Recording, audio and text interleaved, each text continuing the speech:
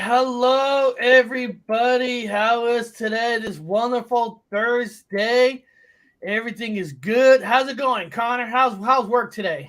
Oh man, work is going good. We've had a steady morning, and now I finally get some peaceful time right around the time I've been manifesting for a window of opportunity, so I can get 1 hour with my Seattle brother. That is that is awesome. And I don't know this person. I might have another person jumping on too. He goes by FF in the chat. I didn't email him with the link way beforehand because I just barely got on and I sent you one. So we might have a third person to look at some videos with us. But first of all, I want to say last night I was on Supernatural Spectrum's channel, and I wonder. Oh shit! No, I wonder if there's somebody that can put in the chat. Somebody can put that link inside the chat of the show last night. It was fun. Matt was awesome. And I was reading some of the comments. I think North Alabama Cryptid made a cool comment last night. He goes, man, I can see Connor's energy rubbing off on Eric, and it's just cool because it's like it was like putting you there when someone makes cool comments like that. And the thing I want to say about last night, real quick, about Connor and Matt, and energy is awesome. Energy is awesome, but there's something else that I admire with Matt and Connor, and it's not the energy, because you got the energy down. What I admire about Connor and Matt is confidence. The confidence that these guys have. If you guys don't have a chance, if somebody else can put Bigfoot Anon's link to his video of this conference, listen to Connor speak, telling that story. It's the confidence. It's like you care. You care, but you also don't give a shit what people will say. You just do it. You have a heart. Don't get me wrong, but you also have that. I don't give a fuck what people say. This is what I like. This is what I'm talking about, and the confidence that you guys have just to do it is just out of this world. And one of the things that I admire that what Matt is doing is, he's becoming a researcher. I mean, he's been a researcher for a long time, but when he's talking about last night, he's learning his own tools, his own equipment that he's going to use. It's not that you're taking this from this person, that person. He's developing what works for him, and that's how he's going to do his research. And I love that, because everybody has different ways on they do research. There's nothing wrong or right. My way is when I go out on a research, I only usually bring two things: a camera and an EVP. But that's me. Some people use thermals, some people use drones, and it doesn't matter. You find what works for you. And I love how Matt was talking about, like, he's using the Dowsing rods. Yes, and that's an old school tool that people used to use to find water, and finding what works for him, the confidence that you trial and error, like he was saying last night, trial and error. You do what you think it works. And sometimes it's not trial and error, in my opinion. It's also being at the right place at the right time. The tools that you do have probably will work, but you might not. I should have ate nuts before I came up here. Anytime you eat nuts, it gets stuck. You just got to be at the right time, right place. So never give up on the equipment you want to use. And if you don't want to use a whole lot of equipment, you don't have to. Man, I drink some coffee. But my take on it all last night, I love the show. You had great energy. It was really cool seeing two of my friends, chopping it up. But honestly, a little bit of my energy, probably rubs off on you a little bit, Eric. But Eric is an engine of his own. And, long before me and him crossed paths, he was loud and proud too. But I think when me and him get together, we're just an indestructible force. And even when we're apart, we carry that with us. So it's something very heavy that, shields us from the outside protection and carries our voice a little stronger so they can hear us through the mountains. Hey, what up? So we had a person that wanted a request to join the show, and welcome. And what's your name? What should we call you? Hey, it's Butch. What up, Butch? Connor, do you know him? No, I've came across paths of him, but no, we need to know his story right now. I want more to him. Yes, yeah, and I know he told me in the chat that you have a paranormal and UFO story. So what we'll do is Butch, we're going to jump into the cryptid news. And then when we get into the paranormal, I want to hear your paranormal story. And then when we get into the UFO segment, I also want to hear your UFO story. So since you're here, let's just jump right into it. And we're going to jump right into the cryptid news.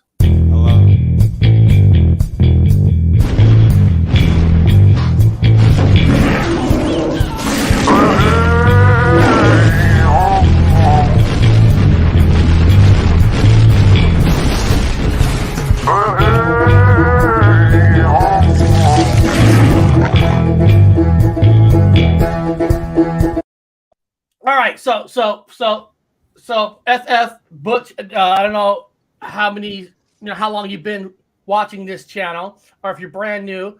What we do is I'll play some videos. I tell the people the title, we look at it, and then we kind of give our opinions on it, and then we kind of look at the chat to see what they think of it. Very scary, very scary. The first one, the video you just showed, I would say my comment would be very scary. Yeah, you don't want to run into that kind of Bigfoot. But this first one I'm going to show you guys is called The Story Behind the Lake Worth Monster. So let's check out the story and we'll hear everybody's opinion on it. Yes. Just about the time Texas. man in all his wisdom decides that he has this world and everything in it all figured out, along comes something he can't explain.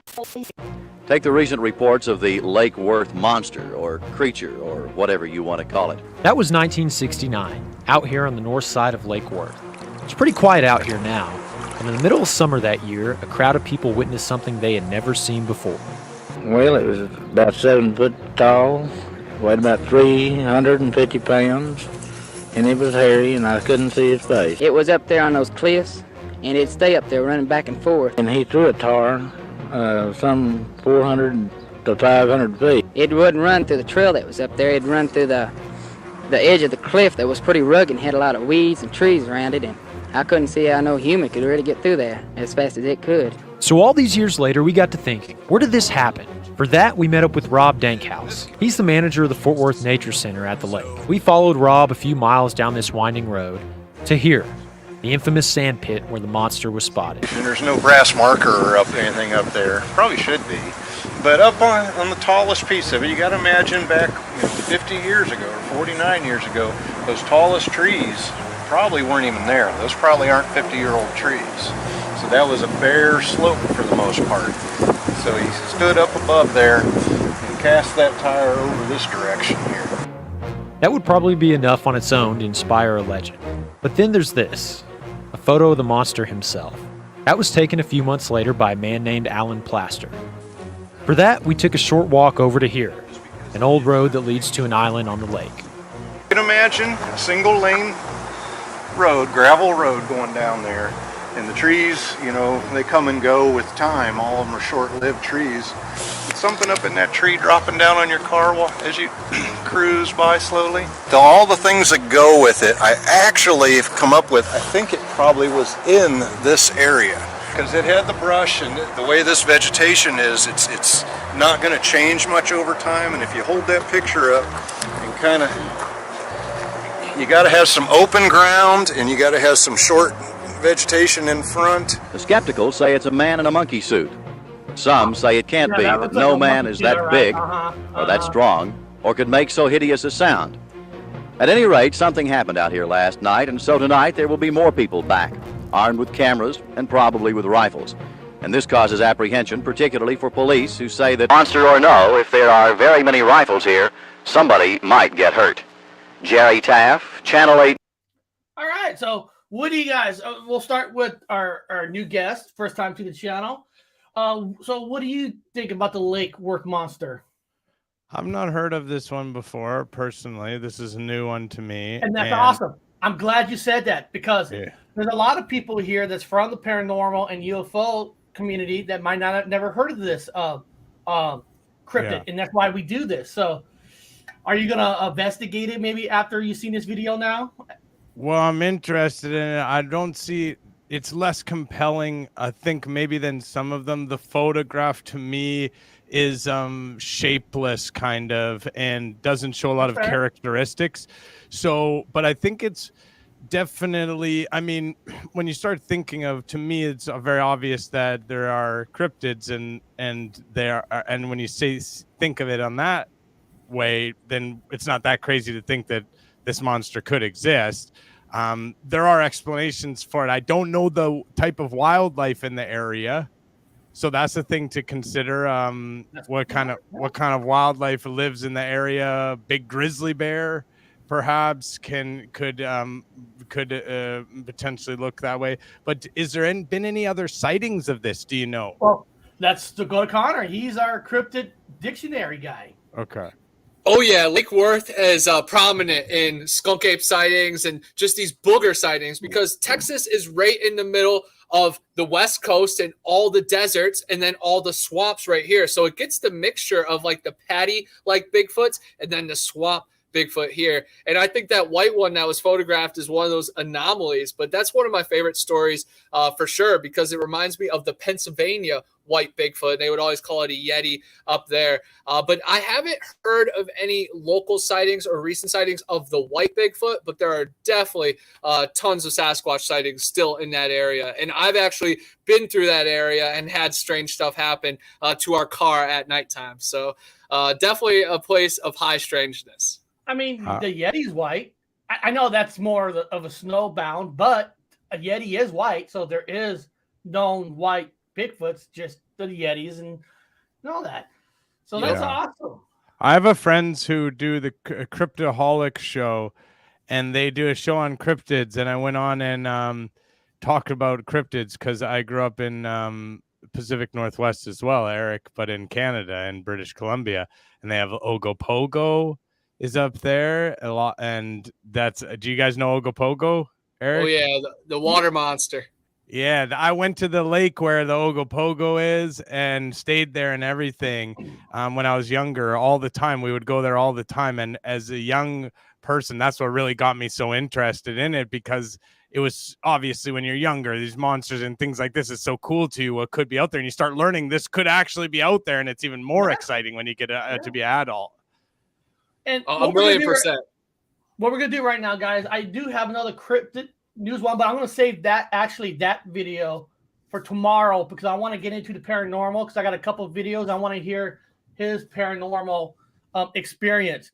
So this other video will be shown tomorrow, but I want to hear his paranormal story. So let's get into the paranormal right now.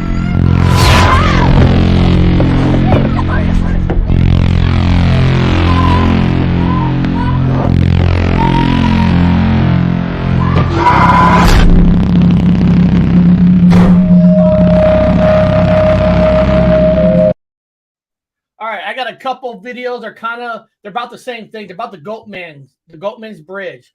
One's called the Goatman's Bridge. Goatman? And the second video, is Ghost Stories, the Legend of the Goatman's Bridge. So they're almost the same, but one does a little better than the other one. But I thought I'll just show both because sometimes there's a little bits of information that comes from different people's videos. So I'm going to play the first one, and the first one is Goatman's Bridge. I've always had an interest in the paranormal. Oh, hold on. Everybody was okay with that. Hold on. Everyone had a ghost story they heard from their mother or their grandmother or something. Is that the right one? That guy look like my Uncle Charles. I know. It's like did I? That guy looked like my Uncle Charles. I hope it wasn't, because my Uncle Charles is not a good guy. No, no, that was the one I'm saving for tomorrow. But hold on, I got it here. Goatman's Bridge. Are you out of GameStop, Connor? No, I'm at a store called Retro to New. It's kind of like a mom and pop game store. We sell vinyl records, fishing stuff, sick. knives, video games, artwork, a little bit of everything. Retro all the way to new. But yeah, GameStop is our biggest competition. But they treat people so badly that it's it's easy competition. You know, they have It's some pretty solid much- stuff over there, but people always badmouth They- them because they get It's treated like safe to crap over say, there. like it's safe to say, it's pretty much time for people to stop shopping there. A million percent. And the most action we can get is buying stocks at GameStop, because when you walk into that actual store, they make you feel bad for being a gamer. I don't know if it's because I got long hair and I look like I'm a hippie and might live behind the store, or because I work here, but they treat me like crap every time I'm there. And I'm like, guys, I'm just trying to, get some insider information. If you came to my store, I would treat you so good, man. I would treat you so nice and everything, because you seem so nice. You have such a good energy. Both of you seem like such a nice guys. I love talking to nice guys, man. Seriously, you're so smiling, Connor, all the time. Like, yeah, it's just infectious energy of happiness. Well, let's check this one. Well, thank you, man. I think I November have my mouth watching a video. closed a lot when I'm- Connor, hang on. So it's time Eric to just show put a the video. teeth. Eric put a video on. I was trying to find that is the right one. Let's check this one out. Okay. Oh shit. 1967. Police discover an abandoned car beside Old Alton Bridge, 5 miles south of Denton, Texas. A rash of mysterious disappearances are becoming alarmingly routine on a chilling stretch of road that is known by locals as the Goatman's Bridge. Constructed in 1884, the bridge connected Louisville to Alton. The turn of the century brought a black goat farmer and his family to a residence just north of the bridge, and a few short years later, Oscar Washburn was known as a dependable, honest businessman. North Texans endearingly began to call him the Goatman. But the success of a black man was still unwelcome, and Klansmen in the local government turned to violence after he displayed a sign on Alton Bridge, "This way to the Goatman's." One night in August 1938, with their headlights off, the Klansmen crossed the bridge, dragged the Goatman from his family, and lynched him over the side. Peering over into the water, his murderers saw a rope, but not his body. In a panic, the Klansmen returned to the Washburn residence and killed his family in cold blood. Since the disappearance of the Goatman, there have been many strange sightings on and near Old Alton Bridge. Some say his spirit still haunts these woods. Locals tell the story and follow it with a warning. Those who cross the bridge with no headlights will be met on the other side by the Goatman. After numerous abandoned vehicles and missing persons, a new bridge was constructed directly downstream, but Old Alton Bridge, the Goatman's Bridge, remains still open to foot traffic. It is under surveillance by the paranormal investigators of North Texas and the Denton County Paranormal Investigators. Oscar Washburn was never seen again and has been presumed dead since his attempted murder. And hold on, guys. I got one more Goatman right here. Hold on. Where is it? Goatman's the... Somehow I screwed up when I was putting his videos up, but ghost stories. Here we go. County Bridge is the focus of a terrifying ghost story. Goatman's Bridge is a 138-year-old structure connecting the cities of Denton and Copper Canyon. And as legend has it, if you visit, you may not be alone. Madison Sawyer takes us there. Nestled in the woods in the middle of Denton County lies Old Alton Bridge. Built in 1884, it's better known as Goatman's Bridge. I think everybody thinks about it when they're driving by. It's become somewhat of a spectacle after being featured in one of the most popular episodes of online paranormal series BuzzFeed Unsolved. But its origin is a tale that has been passed down for generations. It tells this kind of different side of history that reminds us that, hey, we have ghosts to reckon with. It's one of Denton's most legendary ghost stories and most terrifying. If you go there at night now, you could possibly see the Goatman. There was a man named Oscar Washburn. He was a goat farmer. And so he had decided that he was going to put a sign up on the bridge to direct them down the dirt path to this way to the Goatman. There's no official record of Washburn, but historians say he was killed in a race-motivated attack on this very bridge. The legend goes that, visiting the bridge is always kind of daring a visit with the Goatman. going onto the bridge and knocking 3 times. It's kind of a summons or a dare, if you will. No, I haven't done that, but yeah, I know people that did. Your mind will play tricks on you. You'll swear you hear something or swear you just saw something. There are a lot of reports of eerie encounters on the bridge and in the woods surrounding. They heard many spirits in the woods, glowing red eyes, the smell of sulfur, smell of death, hoofbeats and stomping around in the woods. It's everybody likes something that has history behind it that there's, can scare somebody or spook the kids or, those are the ones that live on forever. A paranormal hotspot that keeps some of the city's past in the shadows. The history are the kind of comforting narratives that our community tells ourselves, but it's the ghost stories that really let us know the things that still haunt us. And Goatman's Bridge is a registered historic landmark, so by the way, it is a crime to deface it. And then Real Truth is a member. He's a member of this channel, and he actually sent me a link to supposed to be Goatman's scream, and I can't. Of course, I can't verify if it is a scream, but there is a video that claims that this scream came from the bridge.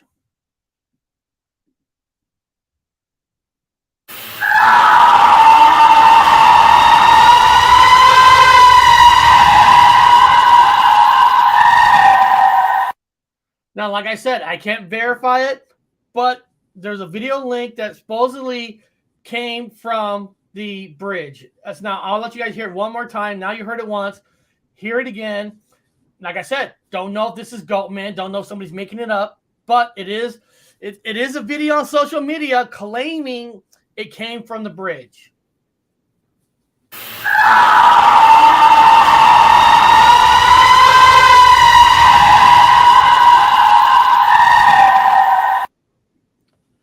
I mean, that's so, like scary. I said, I cannot back that up, but there's a claim. There is a claim that came from the bridge. So Connor, what do you know about Goatman? The Goatman goes back to Baal or Baphomet or Pan, Pan.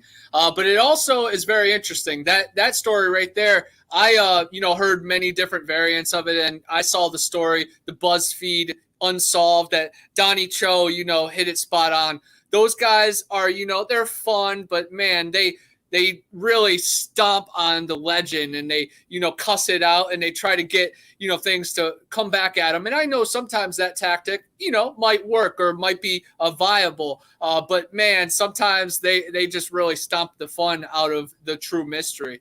But there is a Cohelee Creek Goatman story right here in Alabama in the Georgia area that is like eerily similar to that one about a man that was killed by a hate group and then they can never find the body and he turns into half man, half beast and gets his revenge. So hearing that part, I was it warmed my heart knowing that Goatman and the Alabama Goatman, they're both after the same thing and they're just trying to balance what went wrong for them. But that's man, I was just going to say, I got a weird picture of a Goatman up by Kolomoki Mounds, and it's in one of my books, and you can see like the ears and stuff. It's really interesting. I love that. That's why I try to play an origin video and then a kind of a video of people talking to people on the street. Those are the best. I don't usually get to find both, but sometimes I do.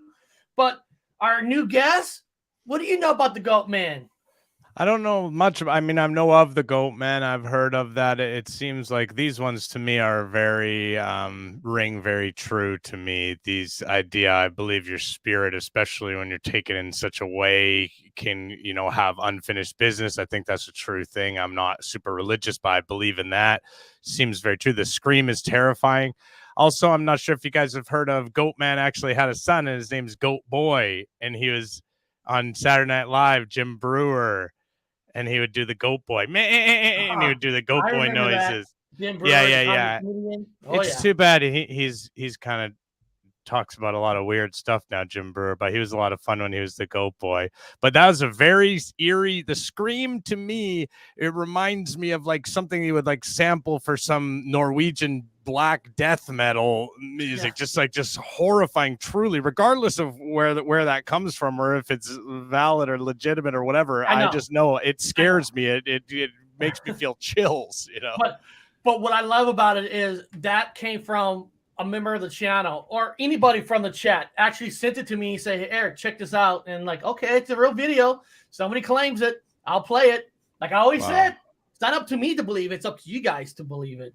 Since we're still in the paranormal section now, you have told me in an email that you've experienced a paranormal. So since we're in this paranormal section of the show, what's your paranormal experience? I have to leave right now, unfortunately. Timing wise has not worked out for me. And I do have a good paranormal experience to talk about, but I have to leave today for a mysterious reason. I'm not going to tell you guys exactly why I have to leave. I'm going to leave it up to the viewer and to you guys to sort of say there's all kinds of different reasons why I might have to leave, but it's sort of interesting and spooky in itself. Where's he going? Is he going to return? But thank you so much for having me on. I respect and love everything you guys do so much, and it's a treat for you guys to let me into your community even just briefly. No, and I do these on Mondays, Tuesdays, Thursday, Friday. I tell you what, on Wednesday nights, I didn't do it last night because I was being interviewed on another channel. But on Wednesday nights, 8 o'clock, we do a 2-hour show of just not news, just whatever the topic is. So if you ever want to tell us your stories, you should come on a Wednesday night with us, and that's the night that we usually tell whatever story. It's not formatted like this. Tell me a story. Yeah, absolutely. Let's do it. Hey, I got to go right now quickly and mysteriously and quickly. I don't know why I have to go, and it's up to people to decide why, but thank you so much. Where's he going? Okay, no problem. Now, guys, since I was saving the spot for his story, but what I'll do is I had an experience yesterday, and as soon as I got home, I actually filmed myself telling my experience, and I actually put it on for members. So members got to see this. It's only 4 minutes. It's just me telling the story of an experience that I had, and don't have proof of the experience. But as soon as I had experience, as soon as I got home, I told the story. So I'll just use this spot for that. Here's my story of my experience from yesterday.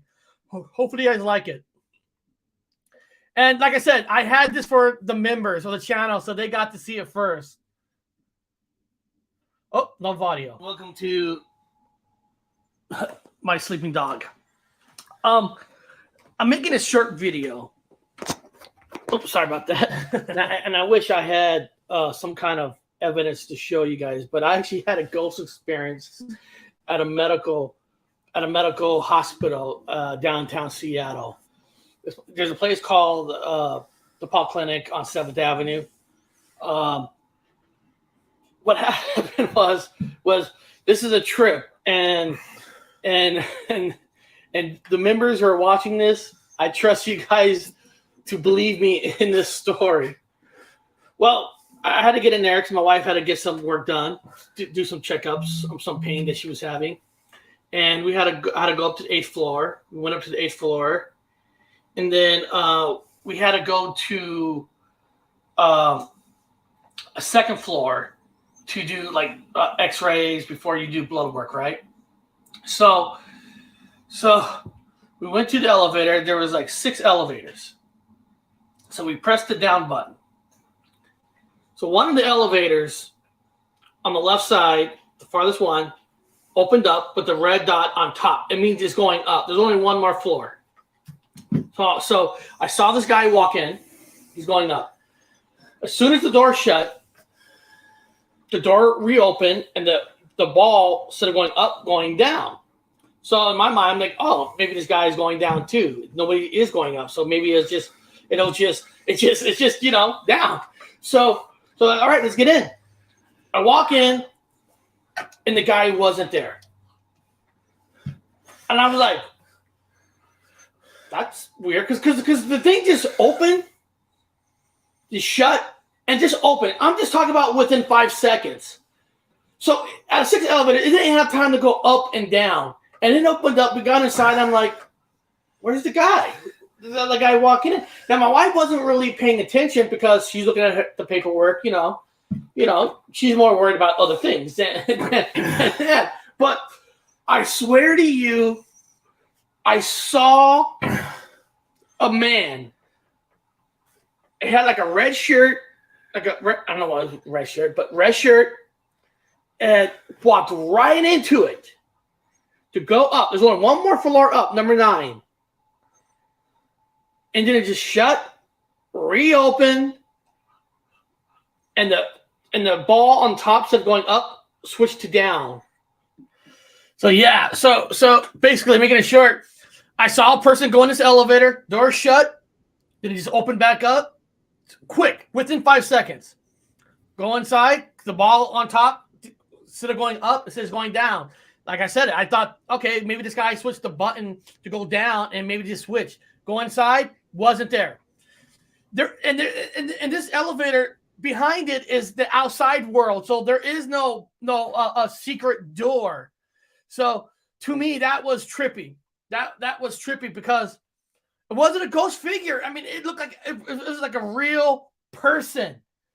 And it tripped me out. And as soon as I got home, I recorded it because I didn't want to try to put the pieces together, try to remember it. It was fresh in my mind. So I did a recording of it.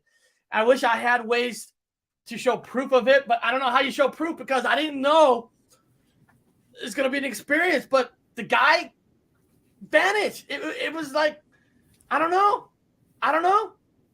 It's very interesting. I don't know if it was a ghost and he just vanished, or maybe it was a real life man and that door closed and he entered, the back rooms, or maybe a portal or some other reality. And then, you just got a glimpse back. It's just it was weird. And because like I said, there is no back door because the other side of that elevator is outside world, but it was just a trip. And, have you ever seen a video of the back rooms, Eric? Like when people get lost in the back rooms? Could you Google it? Just type in back rooms. Let's see, the polyclinic.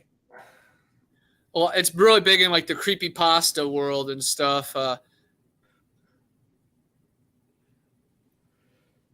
Yeah, the only thing that I can pull, I actually on my I actually had a couple pictures of the inside when I was actually this is just like what the building looks like. I'm saying Google back rooms. Like just type that in, back rooms. Google back rooms. Yeah, this is like a phenomenon that, when people vanish, they enter this area called the back rooms, and there's just floors and endless existence forever. Then you think you're getting somewhere, and then boom, you're back to the back rooms. So maybe you witnessed a man enter the back rooms. And that's terrifying. Yeah, it was, it just makes you think. It's just. It is what it is, and to show people that I really was there. Here's just a couple pictures that I actually put on my YouTube channel because I was actually at the place. Here I am at the clinic, and I was just showing people that I was at a window, and then of course that's outside the clinic. So it's kind of little cool looking and all that, but. That's my little experience. I loved it. It is what it is. But let's get into the UFO.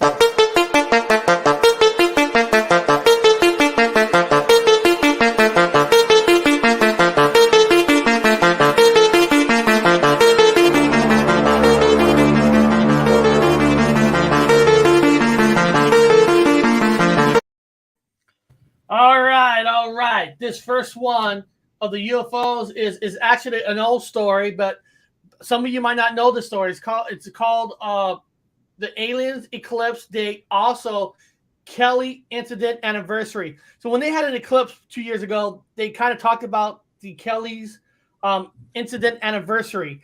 Some of you might know Roswell's, of course, Area 51s, but there's a lot more UFO stuff that has happened out there. And maybe some of you have never heard of the Kelly's Incident. But some of you in the UFO community, of course, you know the story. So I don't want to hear somebody in the chat goes, I know that story. Okay, you know it, but the person next to you, above you on the chat or the bottom, might not know about the Kelly incident. So just relax. We are just 1 week away now from a moment many people will talk about for decades, like him. But the total eclipse also falls on another anniversary that has become the talk speculation for decades. Hello again, I'm Rachel Platt. And I'm Doug Proffitt. WHS 11's Chris Williams is joining us now with a story that will have you asking cosmic coincidence or otherworldly plan. Chris? Take a look at this. You can answer that question for yourself when we're done. August 21st, 2017, the day the sky will go dark, a rare total solar eclipse will bring 2 minutes, 40.1 seconds of darkness to Hopkinsville. People around the world are headed to take in the sight. But on this same date, 62 years ago, on the edge of Hopkinsville, there was an unexplained encounter, a shootout between a family and what they described as beings from another world. The farmhouse no longer stands, but the legend has new life thanks to the eclipse.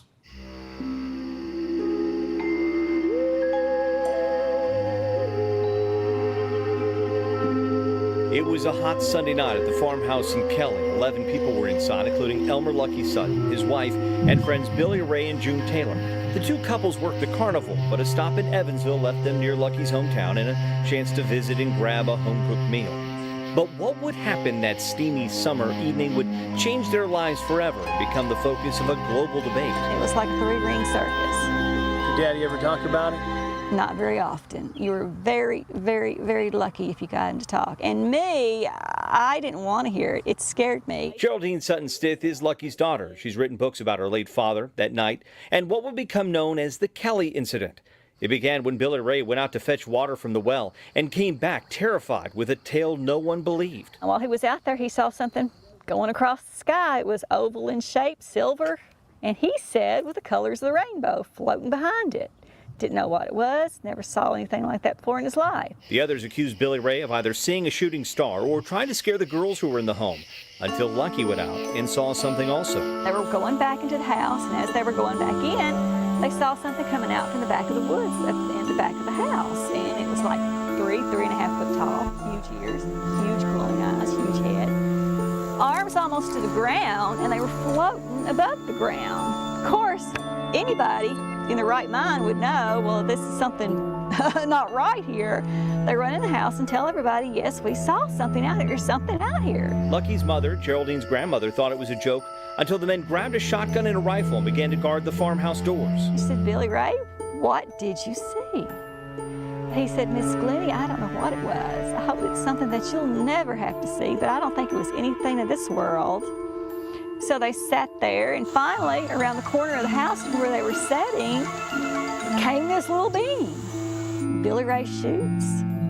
My grandmother falls to the floor. Everybody comes running to where they're at.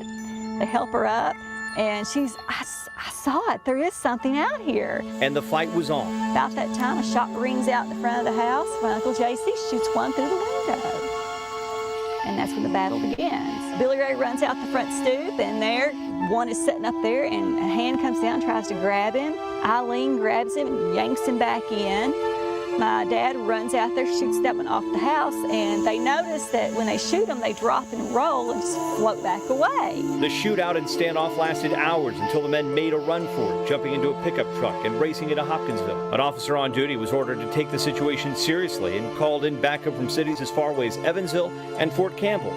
But as the gun smoke cleared and the sun rose, authorities found no proof of an alien encounter. There was rifle shells and shotgun shells all over the ground and inside the house. Holes in screens, woodwork shot up, clear evidence they were shooting at something, but no blood, no bodies, no fur, no feathers, nothing there to show that it was anything that we know. Newspapers around the world covered the Kelly incident. Some accused the 11 people inside the home of fabricating the story. Others believe.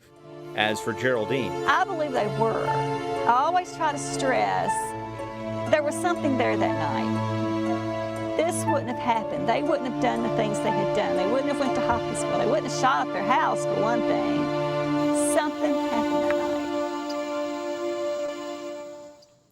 Geraldine says she's had several people ask her whether she thinks the aliens will return during the eclipse. I asked her that question as well, and she answered, with a laugh, saying, "We'll just have to wait to find out."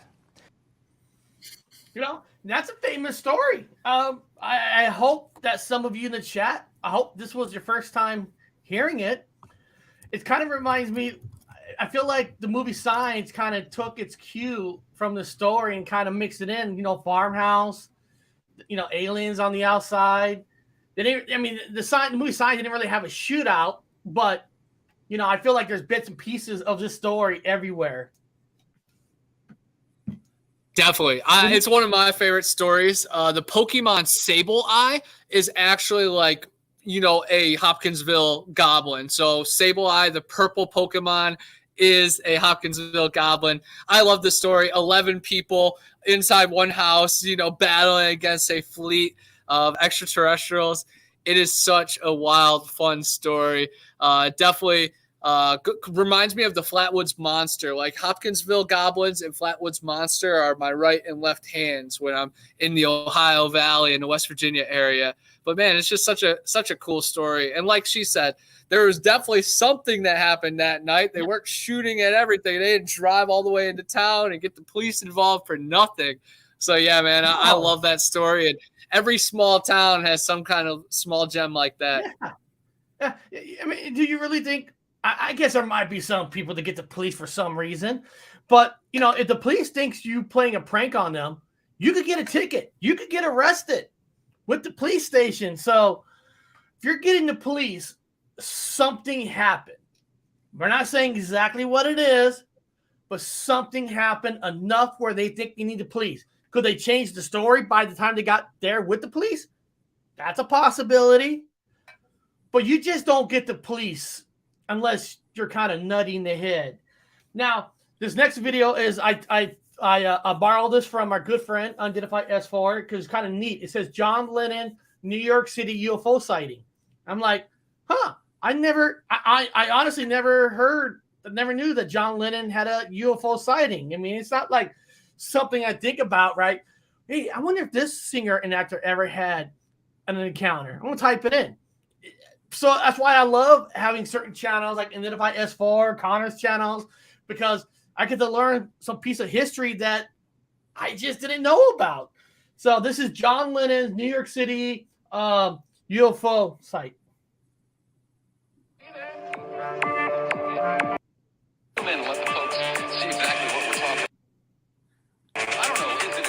Up there, I saw a UFO, and it went down the river, turned right at the United Nations, turned left, and then down the river. It wasn't a helicopter, it wasn't a balloon, and it was so near.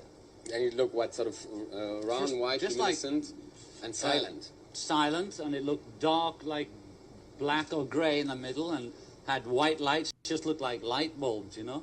Just going off, on, blink, blink, blink, blink, round the bottom, and on top was a red light. If you see a little note on walls and bridges, it says, I saw a UFO. And I was just finished doing walls and bridges. I'd mastered it or done the last tape of it. And I was really just relaxed and feeling good. And it was summer in New York, and I had the window open. And lo and behold, there was this thing just hovering sort of 100 yards away. But I saw it so close, it wasn't in the sky or nothing, you know?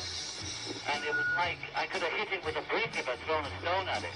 I couldn't see the colors because it was dusk. It was a good, clear summer night. You know, the sky was very clear. And round the bottom of it were just ordinary-looking electric light bulbs, blinking off and on alternatively, like on a billboard or something. And on the top of it was a red light.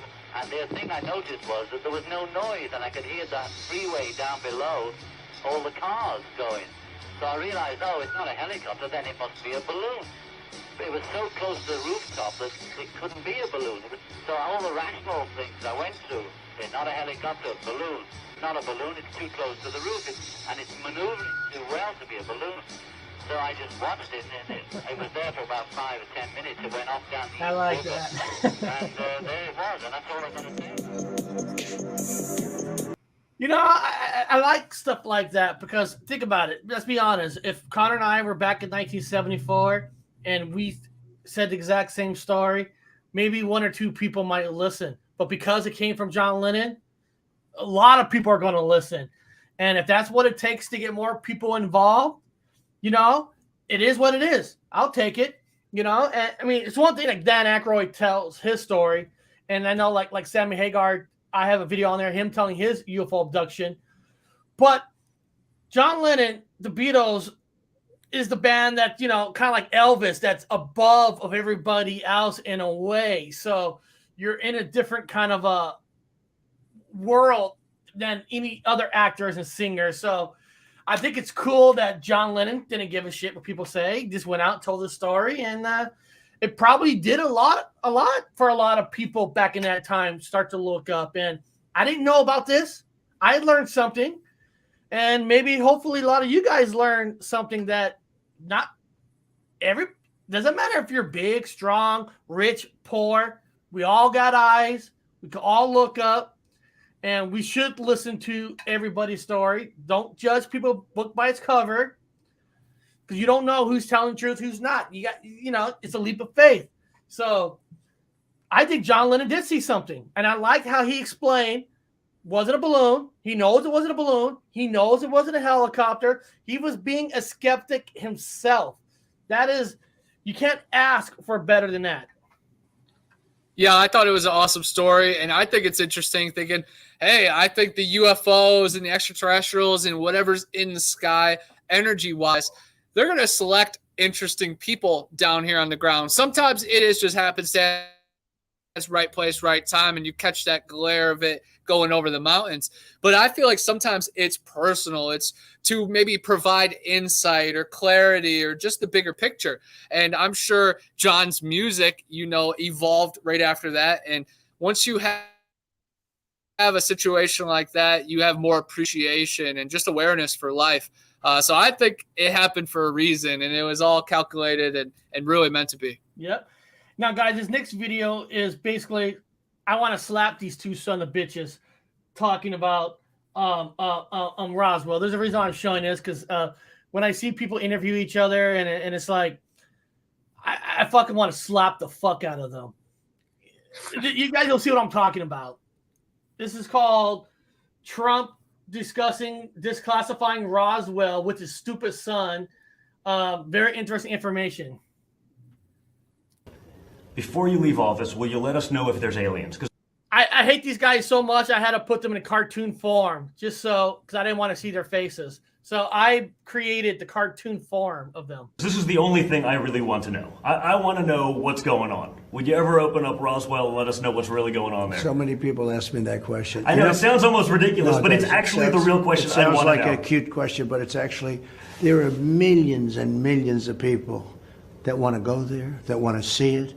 I won't talk to you about what I know about it, but it's very interesting.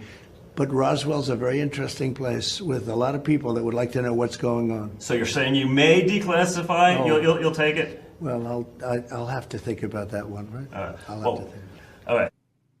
I think those two are full of shit. It's all just, I hate that fucking son, like smirking, like, are you ever going to tell Roswell? And then the political, well, there's things that I know that,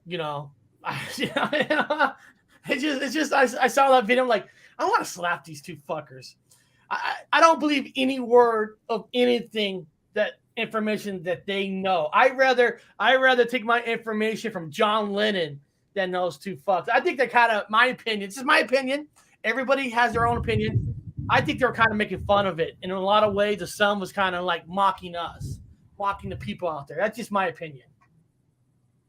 Yeah, it's a one big club and we're not invited. Simple as that. We are not them. They are not us. So we need to stop taking advice from the establishment and the system and, stay with the community. And I'm all for that. But I'm willing to say that those two, when they were in power, when his dad was in power, I was able to drive to work. I was able to feed my family.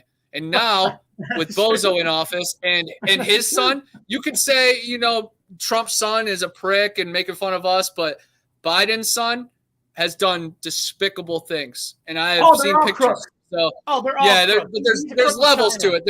He might annoy you in Seattle, but there's evil and there's dumb. There's people that used to bully people, and then there's people that used to kill animals after class, and those are the I don't like them both, but There's levels to this. There's definitely levels to this. Exactly. And we're not going to get into political here, guys, but if you type in Joe Biden's son and the China thing, okay. Yep. So this guy gets a job with millions of dollars and he has zero experience. Okay. Wow. And the Ukraine and all that. And I know I have a lot of good friends that were like, support the Ukraine and yellow and blue. Guys, come on. Give it up. Think for yourself. Quit. And now, please. It's time to hear a story inside the Mandela. Obi-Wan never told you what happened to your father. He told me enough. He told me you killed him. Luke, I am your father.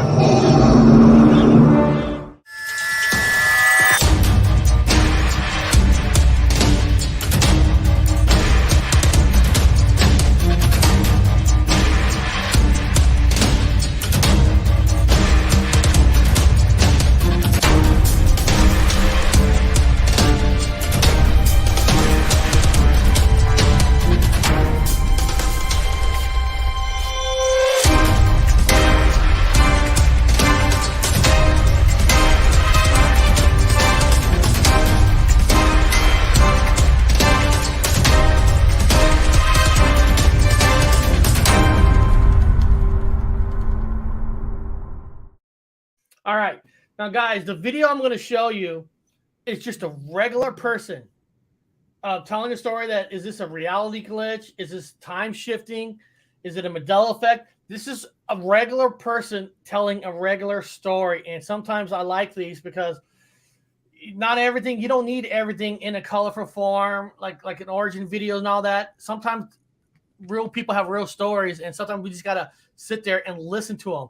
When you see this video, you're going to see she's just a regular person, but she's talking about a reality glitch, time shifting. And you see this person in the street, you wouldn't think that this person wouldn't even have a story like that. She's just a good old American or UK type person. So here we go. That you cannot explain. Yeah, so in the spring of 2017, my classmates and I, 3 of my classmates and I, we took a trip to Paris. Trip went fine. On the last day of the trip, we, all 4 of us, piled into a car and headed to the airport. Now, somewhere in the airport, and I don't remember this completely, I just know at some point I wasn't near them. I think maybe I went off to find food or something. But at some point they were like texting me, Kady, where are you? We're boarding. And at the 12th hour, I made it. I made it to the terminal. In fact, I remember thinking that the ceiling was so cool that I took this photo. This is a photo from me sitting on the floor waiting for my section of the plane to board. And all the girls were there. I remember walking on that aircraft past 2 of my friends and sitting like 3 rows behind them next to my other friend, classmate, whatever. Flight went fine. And then the 4 of us took a taxi back to the apartments we were staying in while we were in school. And even more so, I distinctly remember in the WhatsApp, the girls talking about, let's go home and change and go to the beach. They wanted to go to the beach after the flight. I delete messages, I don't still have it, but that happened. 2 days later in class, I walk in and the 2 girls who were seated 3 rows in front of me, they're talking about how they missed the flight back from Paris. They're talking about how they missed the flight, and they had to take a second flight and they came back by themselves. And my other friend is sitting there conferring with them. And I'm like, they were 3 rows in front of us. You guys went to the beach. I did not go because I needed to sleep, but I was in the taxi on the ride back into the city. And to this day, I have no idea why they remember those 2 missing the flight. And I remember all 4 of us being on that flight. And then even have memories of what we did after the flight, like being in the taxi together and going to the beach, or them going to the beach and talking about it in the group chat. There's still like a discrepancy. I don't know, bro. I don't know. You guys look at that story. She remembers going to the airport, meeting up with them, seeing them on the plane, sitting in the taxi, going home, and then finding out the next couple of days when she saw them in school, they missed a flight, and they were never on that plane when she was on there, and they were never in that taxi. And that's a regular person, you know. That doesn't look like a crazy person. Doesn't look like a homeless person. A regular person. And think about if that was you. You were in a taxi with your friends, and then you finding out they weren't there. I mean, my God. Can she be lying? Well, anybody can be lying. That's some next level stuff. That is next level stuff. And, you know, these stories happen all the time from regular people. And can we verify it? Well, listen, we can't verify almost nothing out there at 100%. You know, sometimes it is a leap of faith, and you got to have faith and take somebody's kind of like word for it or not. You know, but I can imagine that. Like my experience yesterday, I know I saw a fucking person go in the elevator. It was a person. It wasn't a ghost figure. I know I saw a person in a red shirt, went in there, boom, gone, just like that. And I'm sitting there like thinking like that elevator was just within 5 seconds. There's no way. There might be some kind of shift going on right now, because my buddy Oscar from Induced Fear, he actually saw a doppelganger of himself just recently. So we got you seeing, you know, these specter ghosts, and then her seeing, you know, her fake friends, and then Oscar is seeing another version of himself. So yeah, I think the world is a weird place right now, and the veil is thin. And man, some of us are, you know, have one arm through the window, like Poltergeist, you know, through the TV. It's wild.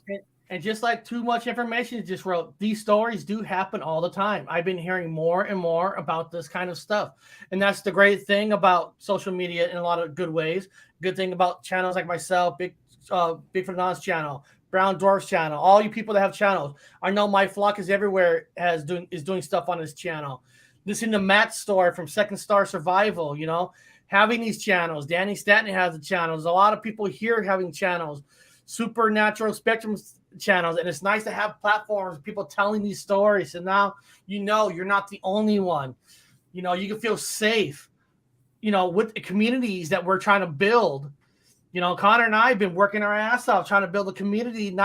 We just don't want pure, 100% pure Bigfoot, 100% pure UFO. We want people who are going to be open-minded to everything, hear everybody's stories, because they're out there. They're interesting. And it was nice to have a guest jump on. And we didn't get to hear his story, but maybe he'll come back on a Wednesday night and tell us, because apparently in the email he said he has a hell of a paranormal and UFO story, and I want to hear it.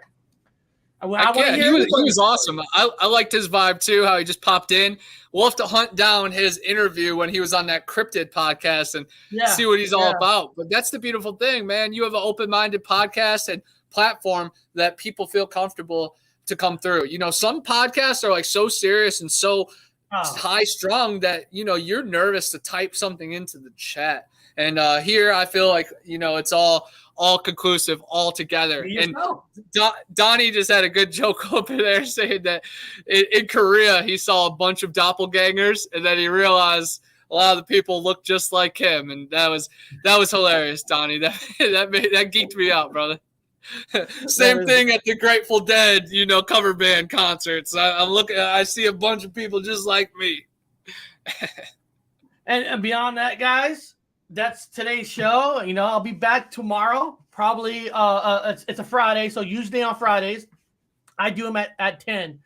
So hopefully you guys be back tomorrow. You guys, I'm telling you guys right now, I want somebody in the chat put Bigfoot Anon's link to his bits and pieces of his conference. Watch his bits and pieces, and then if you want to see his full conference, join to be a member of his channel so you can see the full thing. And just watch how Connor tells the story. I mean, it's so energetic. And I sit there and like, these guys just don't know the stories. People like Connor, they know how to tell the story. You know, tell it where you're interested to stay. And it's amazing. It's the confident level. It's not just the energy, it's the confidence. So go to his channel, watch his clips. And if you like his clips, join his channel, be a member.